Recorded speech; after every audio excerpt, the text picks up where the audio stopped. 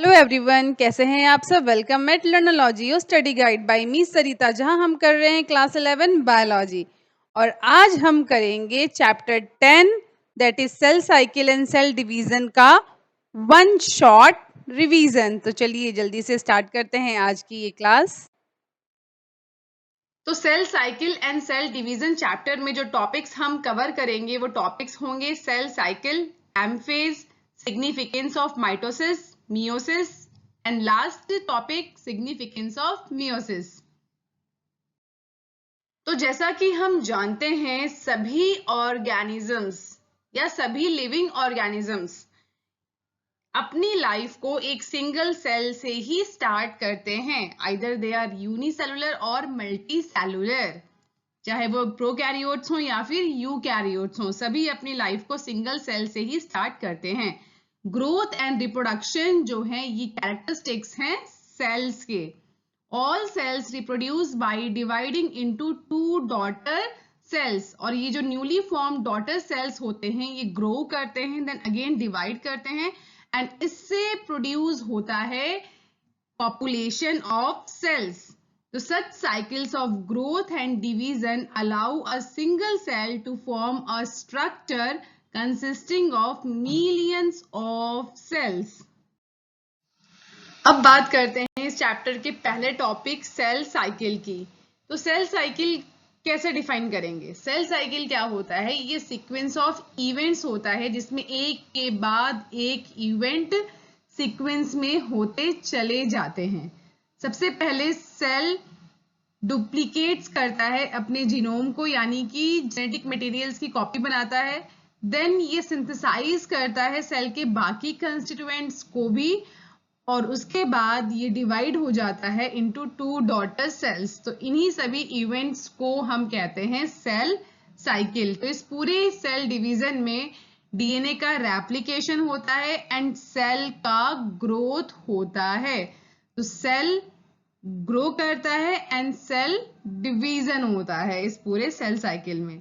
तो ये जो पूरा प्रोसेस है ये ऐसे ही नहीं हो जाता है, ये कोऑर्डिनेटेड वे में होता है ताकि हर एक जो इवेंट है वो अपने करेक्ट सीक्वेंस में हो और डिवीजन भी करेक्ट हो, यानी कि जितने भी सेल्स है उनके पास perfect intact number of genomes पहुंचे।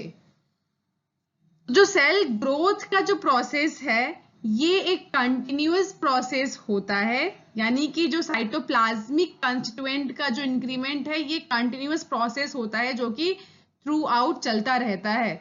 लेकिन इस पूरे इवेंट में जो डीएनए का सिंथेसिस है, यानी कि जो सेल डुप्लीकेट्स करता है अपने जीनोम को, वो वाला जो इवेंट है वो एक स्पेसिफिक स्टेज में ही होता है सेल साइकिल के। तो डीएनए का रेप्लिकेशन होने के बाद जो ये जेनेटिक मटेरियल्स हैं ये इक्वली डिस्ट्रीब्यूट हो जाते हैं into two daughter nuclei by a complex series of events during the cell division. और ये जो सारा प्रोसेस है ये अंडर जेनेटिक कंट्रोल होता है।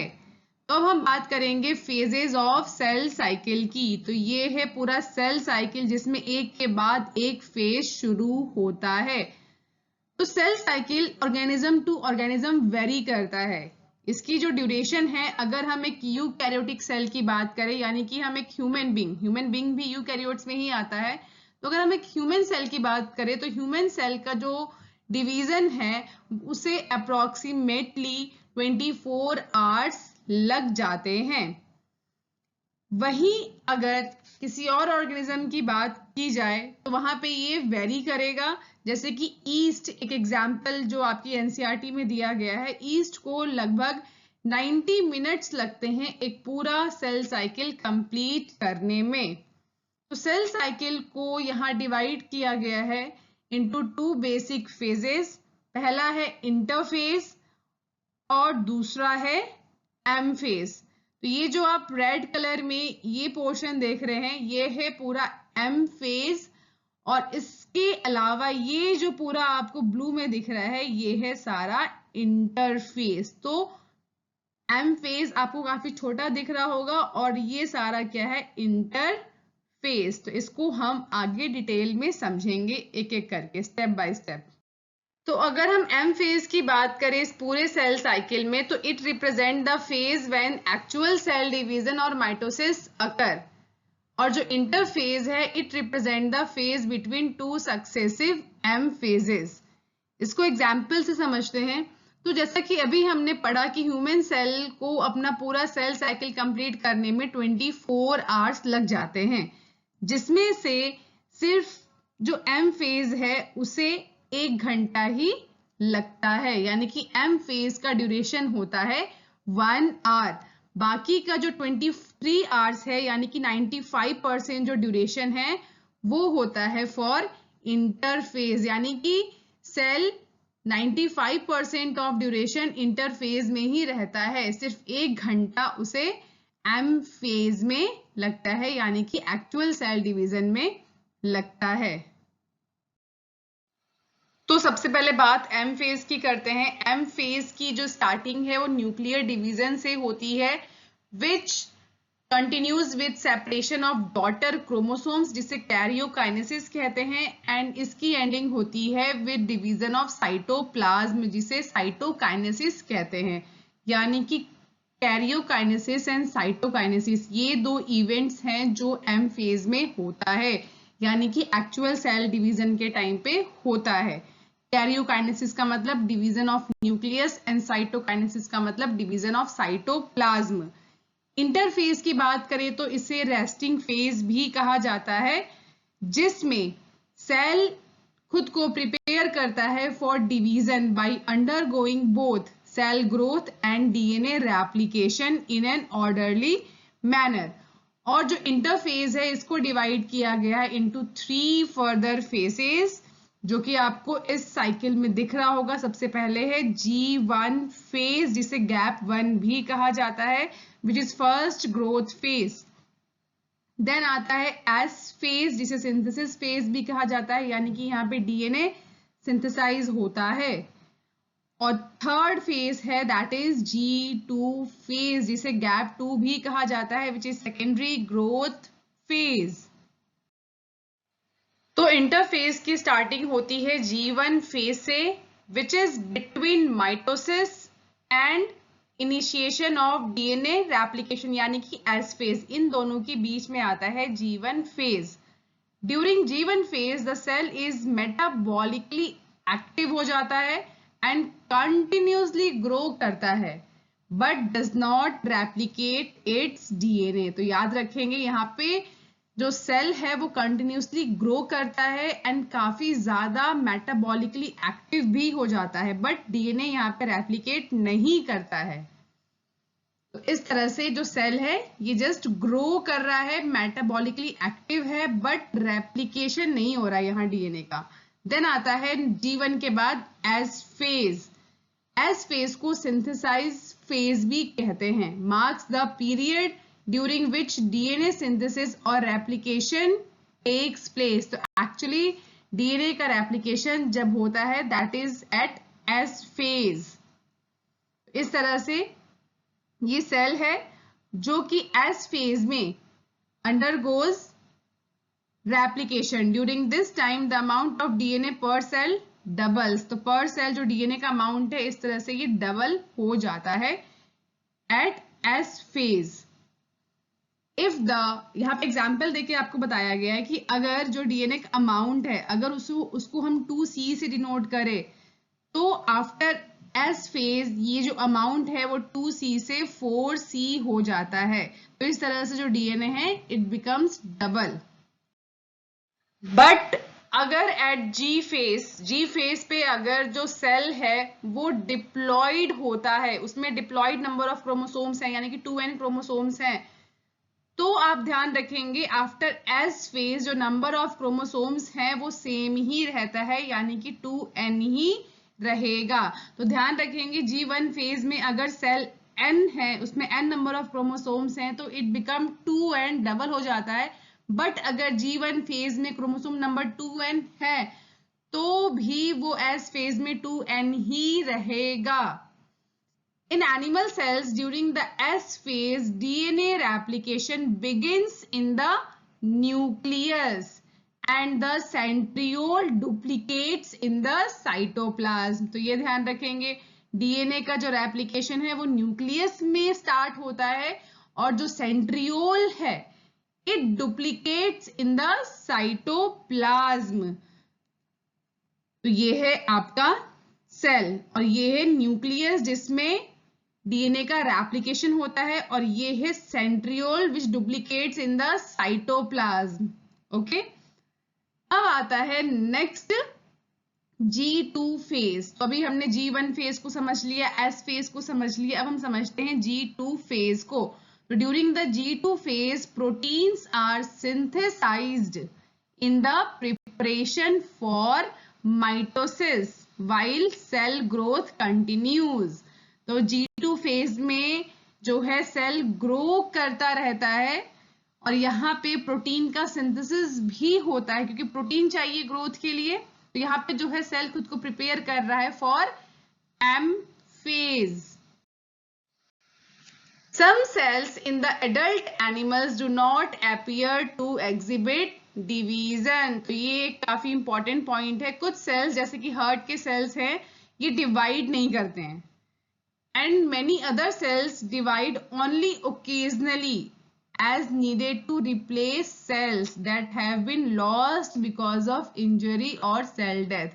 तो ये कुछ डिफरेंट टाइप्स के सेल हैं जो कुछ सेल्स डिवाइड नहीं करते हैं, जैसे कि हार्ट के जो सेल्स हैं दे कांट डिवाइड, एंड कुछ सेल्स ऐसे हैं जो कि ओकेजनली कुछ स्पेशल स्टेज पे ही डिवाइड करते हैं, जैसे कि किसी इंजरी में या फिर सेल डेथ के टाइम पे। अब आता है नेक्स्ट G0 फेज। तो यहाँ G1 फेज में ही आपको ये सेपरेट से एक साइकिल दिख रही है, that is for G0 phase. तो ये क्या है G0 फेज, इसको समझते हैं। The cell that do not divide further exit G1 phase. तो वो सेल्स जो डिवाइड नहीं करेंगे, जो डिवाइड नहीं कर पाते हैं, ठीक है, तो वो G1 फेज से ही एग्जिट कर जाते हैं, यानी कि वो S फेज में एंटर ही नहीं करते हैं and they enter into an inactive stage जिसे G0 फेज कहते हैं, यानी कि quiescent stage of the cell cycle कहते हैं। तो ये जो सेल्स हैं ये ना ही S फेज में एंटर करेंगे, ना ही G2 फेज में, ना ही कोई किसी डिवीजन में पार्टिसिपेट करेंगे। Cells in this stage remain metabolically active but no longer proliferate unless called on to do so depending on the requirement of the organisms। तो यहाँ सेल एक्टिव तो होते हैं लेकिन डिवाइड नहीं करेंगे, इसे कहेंगे G0 फेज। तो ये आप ध्यान में रखेंगे, काफी इंपॉर्टेंट टॉपिक है ये G0 फेज। तो अगर हम एनिमल्स की बात करें तो जैसा कि हम जानते हैं हमारी बॉडी में दो टाइप के सेल्स होते हैं, सोमैटिक एंड जर्म सेल्स। तो जो माइटोटिक सेल डिवीजन है ये सिर्फ और सिर्फ डिप्लॉइड सेल्स में होता है। डिप्लॉइड सेल्स जो कि सोमैटिक सेल्स हैं उनमें ही हमें माइटोटिक सेल डिवीजन देखने को मिलता है। वहीं प्लांट्स की बात करें तो प्लांट्स में mitotic cell division haploid and diploid दोनों ही सेल्स में देखने को मिलेगा, जैसा कि हम ऑल्टरनेशन ऑफ जनरेशन में पढ़ चुके हैं। प्लांट्स में जो जाइगोट है which is diploid, it undergoes mitotic division, and वहीं जो स्पोर्स है which is haploid, it also undergo mitotic cell division. So cell division के डिफरेंट फेज को समझने के बाद अब हम समझते हैं एम फेज को, जिसे माइटोटिक फेज भी कहा जाता है, जिसमें हमें ये 5 स्टेप्स देखने को मिलेंगे। It is also known as equational division क्योंकि यहाँ जो नंबर ऑफ क्रोमोसोम्स हैं वो पेरेंट एंड प्रोजेनी सेल्स दोनों में सेम होते हैं। सो एम फेज की स्टडी को इजी करने के लिए इसे डिवाइड किया गया है 4 डिफरेंट स्टेजेस में, और ये 4 डिफरेंट स्टेजेस कुछ इस तरह से हैं: prophase, metaphase, anaphase and telophase. ये चारों फेज कलेक्टिवली कहलाते हैं कैरियोकाइनेसिस क्योंकि यहाँ पे होता है division of nucleus, and then division of nucleus के बाद फाइनली आता है साइटोकाइनेसिस, जिसमें सेल डिवाइड हो जाता है into 2 daughter cells by division of cytoplasm. तो इस तरह से हमारा जो एक सेल है it divide into 2 daughter cells. तो एक एक करके इन सभी स्टेजेस को समझते हैं, जिसमें सबसे पहला स्टेज आता है प्रोफेज। तो प्रोफेज को लेकर के ये डायग्राम है आपकी एनसीईआरटी में। तो जैसा कि हम पढ़ चुके हैं SN-G2 फेज में जो डीएनए है वो उसका डुप्लीकेशन होता है, यानी कि न्यू डीएनए मॉलिक्यूल्स फॉर्म होते हैं, बट ये डीएनए मॉलिक्यूल्स डिस्टिंक्ट नहीं होते हैं, एक दूसरे में उलझे होते हैं, दे आर इंटरवाइंड। सो जैसे ही ये सेल प्रोफेज में एंटर करते हैं, इनमें स्टार्ट होता है कंडेंसेशन ऑफ क्रोमोसोमल मटेरियल, जिसमें ये क्रोमोसोमल जो मटेरियल है दे बिकम अनटैंगल्ड, यानी कि अब इनका डिस्टिंक्शन होना स्टार्ट हो जाता है। तो इस तरह से जो क्रोमोसोम मटेरियल है जो कि पहले एक दूसरे में उलझा होता है, वो एक प्रॉपर शेप ले लेता है, जो कि कुछ इस तरह का दिखता है, जिसमें ये जो आर्म्स हैं इन्हें कहा जाता है क्रोमेटेड्स, और जो ये सेंट्रल रीजन है it is known as centromere. So S phase में ही हमने पढ़ा था कि जो सेंट्रियोल है इसका भी डुप्लीकेशन होता है, ये भी 1 से 2 बन जाता है। तो ये सेंट्रियोल जब प्रोफेज में एंटर करता है तो ये दोनों centriole they start moving to the opposite ends, एक सेंट्रियोल इस एंड में पहुंचता है और दूसरा सेंट्रियोल इस एंड में मूव करना स्टार्ट कर देता है। तो सेंट्रियोल को अगर हम देखें तो इसमें हमें दिखता है सेंट्रोसोम, ये जो पार्ट है दिस इज सेंट्रोसोम, एंड इसके आसपास जो ये रेज जैसे स्ट्रक्चर हैं this is known as microtubules. तो ये जो माइक्रोट्यूब्यूल्स हैं यही स्टार्ट करते हैं फॉर्मेशन ऑफ स्पिंडल फाइबर्स, जिनका फंक्शन आपको नेक्स्ट स्टेज में समझ में आएगा। तो at the end of prophase अगर हम इन्हें माइक्रोस्कोप में देखेंगे तो हमें इन सेल्स में कोई भी Golgi complex, endoplasmic reticulum, nucleolus and nuclear envelope visible नहीं होगा, ये सभी डिसअपीयर हो जाएंगे। नेक्स्ट स्टेज आता है मेटाफेज, जो कुछ ऐसा दिखेगा हमें। सो मेटाफेज में क्या होता है, जो न्यूक्लियर एनवेलप है वो पूरी तरह से डिसअपीयर हो जाता है, एंड जितना भी कुछ आप देखेंगे वो सिर्फ आपको साइटोप्लाज्म के अंदर ही दिखेगा, यानी कि जो क्रोमोसोम है वो पूरा का पूरा साइटोप्लाज्म में स्प्रेड हो जाता है। सो मेटाफेज आते आते जो कंडेंसेशन ऑफ क्रोमोसोम स्टार्ट हुआ था प्रोफेज में वो बिल्कुल कंप्लीट हो जाता है, एंड मेटाफेज में जो दो सिस्टर क्रोमेटिड्स हैं which are held together by centromere, जैसा कि हम देख चुके हैं ये है centromere, these are sister chromatids, and ये दोनों एक दूसरे से अटैच हैं एट द सेंट्रोमियर। तो यहाँ पे जो सेंट्रोमियर है इस पे आप जो ये दो स्मॉल डिस्क शेप जैसे स्ट्रक्चर्स देख रहे हैं, these disc shape structure is known as kinetochore.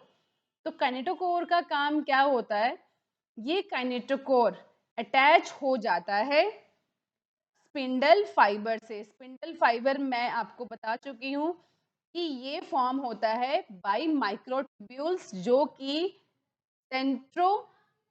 Centrioles के अराउंड फॉर्म होते हैं, ठीक है। तो इन स्पिंडल फाइबर से ये काइनेटोकोर अटैच हो जाते हैं, एंड एट द एंड इस तरह से ये एक ही सीक्वेंस में अटैच हो जाते हैं हॉरिजॉन्टली, जैसे कि आप देख रहे हैं यहाँ डायग्राम में। तो plane of alignment of chromosomes at metaphase is referred to as metaphase plate. जो ये आप अरेंजमेंट देख रहे हैं इस अरेंजमेंट को कहा जाता है मेटाफेज प्लेट। मेटाफेज के बाद नेक्स्ट स्टेज है एनाफेज, जिसमें हमें कुछ ऐसा होता हुआ दिखेगा। तो मेटाफेज में अरेंज्ड ये सभी क्रोमोसोम्स जिनमें कि सिस्टर क्रोमेटिड्स हैं they got separate from each other, यानी कि जितने भी सिस्टर क्रोमेटिड्स हैं वो एक दूसरे से अलग हो जाएंगे, and they start moving to the opposite end with the help of spindle fibre, जो कि काइनेटोकोर से अटैच है। सो ऑपोजिट एंड पे मूव करते हुए अगर आप देखें तो जो सेंट्रोमियर है it is towards the pole, यानी कि जो सेंट्रोमियर का फेस है ये टूवर्ड्स पोल होगा, जिसके पीछे जो क्रोमेटिड्स हैं दे मूव।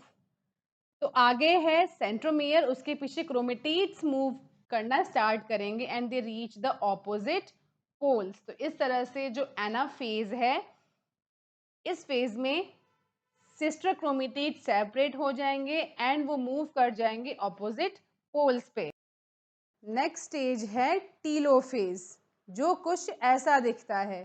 तो टीलोफेज की स्टार्टिंग में जो क्रोमोसोम्स हैं they reach their respective poles, and यहाँ पहुँचने के बाद ये वापस से डीकंडेंस हो जाते हैं, यानी कि प्रोफेज में हमने देखा था जो क्रोमेटिन मटेरियल है उनका कंडेंसेशन स्टार्ट होता है और जो क्रोमोसोम्स हैं वो फॉर्म हो जाते हैं, यानी कि बिल्कुल डिस्टिंक्ट स्ट्रक्चर फॉर्म हो जाता है। बट ये जो डिस्टिंक्ट स्ट्रक्चर्स थे जिन्हें हम क्रोमोसोम बोल रहे थे, ये वापस से अपने रिस्पेक्टिव पोल्स पे पहुंचने के बाद डीकंडेंस हो जाते हैं, यानी कि दे लूज देयर इंडिविजुअलिटी। उसके बाद न्यूक्लियर एनवेलप हमने देखा था कि ये प्रोफेज के एंड डिसअपियर हो जाता है, बट टेलोफेज में ये वापस से रिफॉर्म हो जाता है around the chromosome clusters. And nucleolus, Golgi complex and endoplasmic reticulum ये वापस से अपीयर हो जाते हैं इन द साइटोप्लाज्म, जो कि प्रोफेज में डिसअपियर हो गए थे। लास्ट स्टेज आता है साइटोकाइनेसिस, जो कुछ ऐसा दिखेगा। तो अब तक हमने देखा टिल टेलोफेज जो न्यूक्लियस है ये दो में डिवाइड हो गया है and they reach their respective poles, but अभी भी साइटोप्लाज्म सिंगल ही है, इसका डिवीजन नहीं हुआ है। तो जब तक साइटोप्लाज्म का डिवीजन नहीं हो जाता तब तक सेल डिवीजन कंप्लीट नहीं होगा। तो साइटोकाइनेसिस जो है ये animal cell and plant cell में वेरी करता है, क्योंकि एनिमल सेल में सिर्फ प्लाज्मा मेम्ब्रेन होता है, लेकिन प्लांट सेल में प्लाज्मा मेम्ब्रेन के साथ साथ सेल वॉल भी होता है। सो ये साइटोकाइनेसिस एनिमल सेल में डिफरेंट है और प्लांट सेल में डिफरेंट है। तो एनिमल सेल में आप देखेंगे कि जो प्लाज्मा मेम्ब्रेन है उसमें फर्रो अपीयर हो जाता है, यानी कि ये जो आप डिप्रेशन देख रहे हैं this is called cleavage furrow. ये फर्रो ग्रेजुअली डीप होता जाता है from outer to inner word, यानी कि बाहर से सेंटर की तरफ ये डिपेंस होता जाता है। And eight the end of this ये जो सेल है ये दो में डिवाइड हो जाता है। So this is cytokinesis in the animal cell. And इसके साथ ही कुछ ऑर्गेनेल्स जैसे कि माइटोकॉन्ड्रिया ये वापस से इक्वली डिस्ट्रीब्यूट हो जाता है between the two daughter sales. सिर्फ माइटोकॉन्ड्रिया नहीं, इसके साथ जो बाकी सेल ऑर्गेनेल्स हैं वो भी इक्वली इन दोनों डॉटर सेल्स में इक्वली डिस्ट्रीब्यूट हो जाता है। समझते हैं ये साइटोकाइनेसिस प्लांट सेल में कैसे होता है।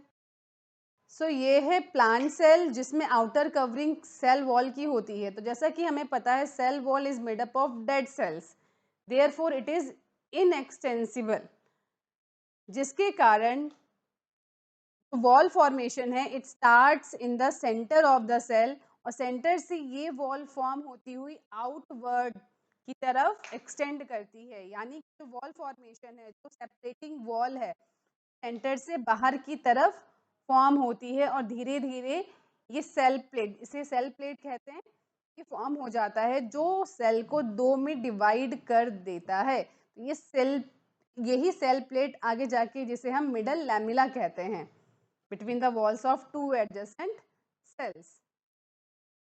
इस तरह से जो प्लांट सेल है वो दो में डिवाइड हो जाता है with the formation of this middle lamella. लेकिन कुछ ऑर्गेनिजम्स में कैरियोकाइनेसिस तो हो जाता है, यानी कि न्यूक्लियस का डिवीजन हो जाता है, बट उसके बाद साइटोकाइनेसिस नहीं हो पाता है, यानी कि साइटोप्लाज्म का डिवीजन नहीं हो पाता है। एंड ये जो कंडीशन है कहलाती है मल्टी न्यूक्लिएट कंडीशन, यानी कि एक ही सेल में एक से ज़्यादा न्यूक्लियस का होना। And this leads to formation of syncytium, जिसका एग्जाम्पल है एंडोस्पर्म इन कोकोनट। तो कोकोनट में जो आप लिक्विड पार्ट देखते हैं that is the syncytium formation. अब आखिर में समझ लेते हैं सिग्निफिकेंस ऑफ माइटोसिस, जिसमें सबसे पहले है it help in maintaining the same number of chromosomes in daughter cell after division, यानी कि जितने नंबर ऑफ क्रोमोसोम पेरेंट में है उतने ही number of chromosomes daughter cells में भी होते हैं। It is responsible for growth and development of multi cellular organisms. It help in repairing of damaged tissues. It help the cell to maintain proper size. तो अब तक हम mitosis को अच्छे से समझ चुके हैं, जिसे इक्वेशनल डिवीजन भी कहा जाता है, क्योंकि यहाँ number of chromosomes parents and in their daughter cells equal होते हैं। This cell division occur in all the cells of body except germ cells. तो ये डिवीजन कब होती है? During the development of body. And अब हम स्टार्ट करेंगे मियोसिस, जिसे रिडक्शनल डिवीजन भी कहा जाता है, क्योंकि इस डिवीजन में आप देखेंगे जो नंबर ऑफ क्रोमोसोम्स हैं वो parent and in their daughter cells equal नहीं होते हैं. यहाँ पेरेंट डिप्लॉयड है but daughter cells they are haploid. And ये division only and only germ cells में होता है, यानी कि गैमेट फॉर्मिंग सेल्स में होता है. So this occur during gametogenesis in plants and animals. तो स्टार्ट करते हैं मियोसिस सेल डिवीजन. वो सभी organisms who reproduce sexually, this meiosis cell division ensure the production of haploid phase in their life cycle, whereas fertilization restore the diploid phase, जो आपको आगे जाके अच्छे से समझ में आ जाएगा. मियोसिस सेल डिवीजन को यहाँ पे डिफरेंट फेजेस में डिवाइड किया गया है, जहाँ हम पढ़ेंगे मियोसिस 1 एंड देन मियोसिस 2. तो मियोसिस 1 एंड 2 का जो ओवरऑल फ्लो चार्ट है उसको हम एक बार देख लेते हैं, ताकि आपको आगे की स्टडी थोड़ी इजी लगे. तो यहाँ हम सबसे पहले पढ़ेंगे मियोसिस 1, जिसमें सबसे पहला स्टेज आएगा prophase 1. And this prophase 1 is very long stage, जहां हम सबसे पहले देखेंगे कि प्रोफेज 1 के अंदर लेप्टोटीन स्टेज होता है, then zygotene, then pachytene, then diplotene and then diakinesis. तो यहाँ पे प्रोफेज 1 खत्म होगा, जहाँ जिसके बाद स्टार्ट होगा metaphase 1, then anaphase 1 and then telophase 1. तो यहाँ मियोसिस 1 खत्म हो जाता है टीलोफेज 1 के साथ. देन इसके बाद स्टार्ट होती है एक इंटरकाइनेसिस स्टेज, जो कि एक इंटरमीडिएट स्टेज है, एंड देन स्टार्ट होगा meiosis 2. This meiosis 2 again divide into different stages. तो सबसे पहला स्टेज यहाँ आएगा prophase 2, then metaphase 2, anaphase 2 and telophase 2. तो चलिए एक एक करके इन सभी डिफरेंट स्टेजेस को समझते हैं. तो सबसे पहले आता है मियोसिस 1 एंड मियोसिस 1 में सबसे पहली स्टेज है प्रोफेज 1. सो प्रोफेज 1 जो है मियोटिक डिवीजन जो हम कर चुके हैं उसके प्रोफेज से काफ़ी अलग है, एंड ये काफ़ी लॉन्गर होता है and very complex as compare to mitosis. So इस स्टेज में सबसे पहला स्टेप आता है लेप्टोटीन, जहाँ पे क्रोमोसोम मटेरियल का कंडेंसेशन होना स्टार्ट होगा, यानी कि there is compaction of chromosome start. And compaction जब क्रोमोसोम्स का स्टार्ट होगा तो ये कुछ ऐसा शेप ले लेंगे, that is the replicated chromosomes. Leptotene के बाद नेक्स्ट आता है जाइगोटीन. तो जाइगोटीन कुछ हमें ऐसा दिखाई देगा, जहाँ पे क्रोमोसोम्स की पेयरिंग स्टार्ट हो जाएगी. तो ये जो पेयरिंग का होना है ये हमें माइटोसिस में कहीं भी नहीं दिखा था, तो ये बिल्कुल एक नया टर्म है. तो यहाँ पे जो क्रोमोसोम्स हैं उनके बीच में पेयरिंग होना स्टार्ट हो जाएगा, and this process of association is called synapsis. And such paired chromosome is known as homologous chromosomes. तो जिन क्रोमोसोम्स के बीच में पेयरिंग स्टार्ट होगी यानी कि साइनेप्सिस होगा, उन्हें हम कहेंगे homologous chromosomes. And chromosome synapsis is accompanied by the formation of complex structure, जिसे कहा जाता है साइनेप्टोनीमल कॉम्प्लेक्स. तो यहाँ पे आप क्लियरली देख सकते हैं दिस इज साइनेप्टोनीमल कॉम्प्लेक्स, जो आपको नेक्स्ट स्टेज में और क्लियरली दिखाई देगा. So complex formed by paired of synapsed homologous chromosome कहलाते हैं बाइवेलेंट और टेट्राड. ये आप याद रखेंगे, इन्हें बाइवेलेंट या फिर टेट्राड क्रोमोसोम्स कहते हैं. And these are more clearly visible in the next stage. तो जो पहले दो स्टेजेस हैं प्रोफेज 1 के, यानी कि लैप्टोटीन एंड जाइगोटीन, ये काफ़ी शॉर्ट टर्म के लिए होते हैं as compare to other stages जो हम आगे पढ़ने वाले हैं, that is पेकाइटिन.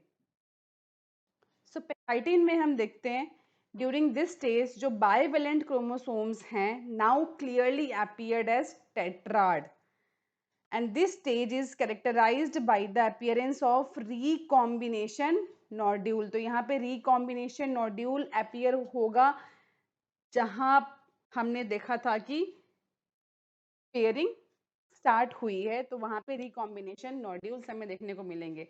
The site at which crossing over occur, यानी कि जहाँ पे पेयरिंग हुई थी, तो between the non-sister chromatids of the homologous chromosomes. इस तरह से आपको यहाँ पे पेयरिंग होती हुई दिखाई देगी. This is the recombination nodules. So crossing over is the exchange of genetic material between two homologous chromosome. तो अब आप समझ रहे होंगे कि जो क्रॉसिंग ओवर है उससे क्या हो रहा है, जो जेनेटिक मटेरियल है उसका एक्सचेंज हो रहा है between the two homologous chromosomes.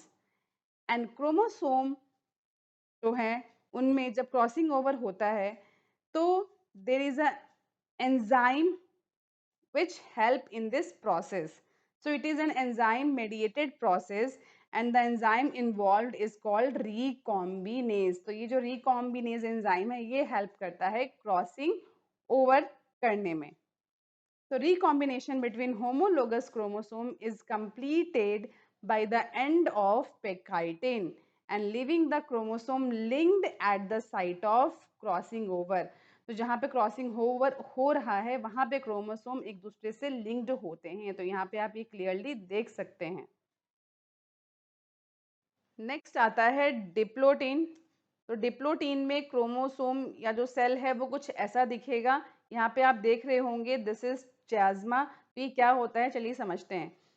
तो at the beginning of diplotene क्या होता है, there is this solution of synaptonemal complex. तो साइनेप्टोनिमल जो कॉम्प्लेक्स है जो कि दो होमोलोगस क्रोमोसोम्स के बीच में फॉर्म हुआ था वो अब डिसोल्यूट होना शुरू हो जाएगा. यानी कि जो क्रोमोसोम्स दो कंबाइन हुए थे वो अब सेपरेट होना शुरू हो जाएंगे. लेकिन ये सेपरेशन ओवरऑल क्रोमोसोम पे नहीं होगा. जहाँ पे एक्चुअली में क्रॉसिंग ओवर हुआ है यानी कि there is recombination of genetic material, उस साइट को छोड़ करके यानी कि क्रॉसिंग ओवर वाले साइट को छोड़ करके बाकी सभी जगह से जो साइनेप्टोनिमल कॉम्प्लेक्स है वो डिसोल्यूट हो जाएगा. एंड जहाँ पे ये क्रॉसिंग ओवर हुआ है वहाँ पे आपको इस एक्स शेप्ड स्ट्रक्चर देखने को मिलेगा जिसे हम बोलते हैं chiasmata. This is chiasmata which is X shaped structure. And जो oocytes होते हैं ऑफ वर्टिब्रेट्स, oocytes यानी कि ये ओवरी में फॉर्म होता है ऑफ फीमेल ओवरी में जो oocyte स्टेज होती है जो कि आगे जाके एग फॉर्म करेगा. सो बहुत से वर्टिब्रेट्स में जो oocyte स्टेज होता है it stop at diplotin stage and it remain in diplotin stage for months or year. Then आता है last stage of prophase 1 that is dikinesis. तो dikinesis में क्या होता है, it is marked by terminalization of chiasmata. During this phase जो chromosome हैं are fully condensed, वो पूरी तरह से कंडेंस्ड हो जाते हैं. यानी कि प्रोफेज का एंड आते आते जो कंडेंसेशन है वो पूरी तरह से कंप्लीट हो जाता है एंड मियोटिक स्पिंडल असेंबल हो जाता है to prepare the homologous chromosome for separation. तो यहाँ तक आते आते जो स्पिंडल फॉर्मेशन है, जो मियोटिक स्पिंडल है वो फॉर्म हो जाते हैं to separate this chromosome to their opposite ends. And by the end of diakinesis जो न्यूक्लियोलस है वो पूरी तरह से डिसअपियर हो जाएगा. न्यूक्लियर एनवेलप पूरी तरह से डिसअपियर हो जाएगा. ये प्रोफेज 1 यहाँ पे खत्म हो जाता है. Then diakinesis it represent the transition to metaphase. तो चलिए मेटाफेज को समझते हैं. मेटाफेज अब स्टार्ट होता है मेटाफेज 1 स्टेज. तो मेटाफेज 1 जो कि हम माइटोटिक में भी पढ़ चुके हैं वैसा ही होता है.